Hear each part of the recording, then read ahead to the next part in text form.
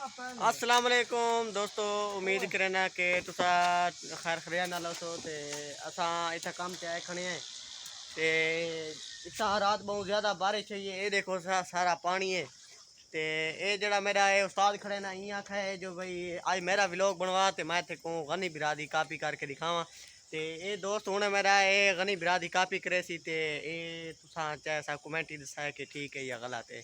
हाँ, अस्सलाम वालेकुम दोस्तों, ठीक हो तिया तबीयत ठीक है, अल्लाह का शुक्र है। मैं भी ठीक हाँ, हसदे ते वसदे रहो, जित पैर होने उथे ही खैर होने, अल्लाह हर कोने ते कामयाब फरमावे, साड़ी दुआ ही ने। ते असा हूँ इतना काम ते आए खड़े हैं दोस्तों। देखो राती इतनी बारिश आ गई है, हद तो ज़्यादा बारिश है ये ते जड़ी छत है घर दी सारी पानी नाल भरी हुई है।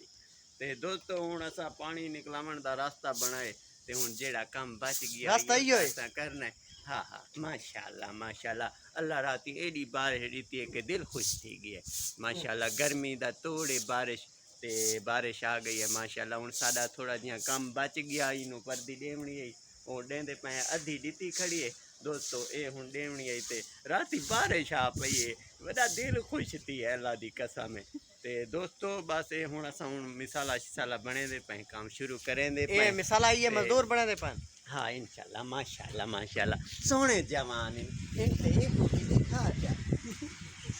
ये उस्ताद कमरान मिसाला बने दा पा। ये देखो ये सलाम कीता सी दोस्तों ते बाकी ये जड़ा ये साडा मिस्त्री है ये देखो ये तो सब मोली आशिक दी शक्लां देंदा है। अच्छा दोस्तों हुण जाए वेले साडा परदी दी विच वैसी हूँ वेले अगली वीडियो थोड़े को भेजे तू ते लाइक कमेंट सब्सक्राइब लाजमी करना है ते मैं सब्सक्राइब करना भूलना ही नहीं।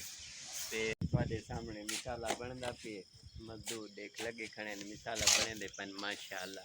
ये सोहने मजदूर इन लगे खड़े अपनी हक हलाल दी करके खाने कहीं ना माशाल्लाह माशाल्लाह। रोजी इबादत है, इबादत है हलाल दी जेड़ी रोजी होंदी इबादत। दोस्तों साडी वीडियो को ना तुसा लाइक कमेंट शेयर सब्सक्राइब लाजमी करना है, असा थोड़े बिरा है ते वीडियो दा ना वाच टाइम लाजमी तुसा करना क्योंकि तुसा साडे बिरा साडे नाल तामन कीता करो। ते दोस्तों तुमको पता है असा सादे लोग हैं, साको इतना पता नहीं लगता ते वो नाल एक पीला जिहा घंटी वाला बटन खड़ा होंदा है वो कोई दबा दे सो लाजमी क्लिक लाजमी